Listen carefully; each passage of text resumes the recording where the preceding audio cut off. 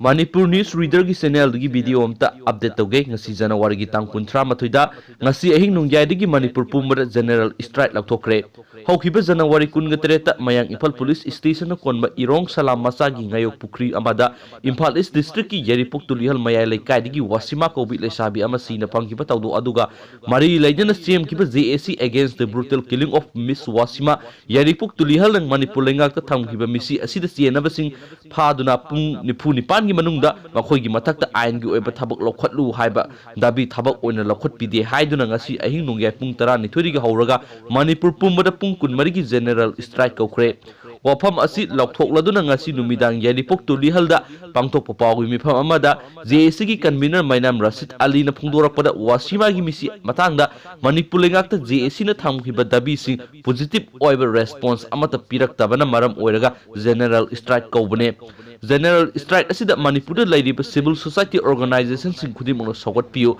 general strike asigi manungda essential service dharma karma media gi miyoi sing konsiloi haba wafam thamlakhe magna makhata na kariguma Manipur lenga na pung kunga marigi general strike asigi manungda su kariguma positive oiba response amata piraktrabdi JAC na CSO singa tanaraga makhata ba khongjang su sangsin gini haba wafam su thamlakli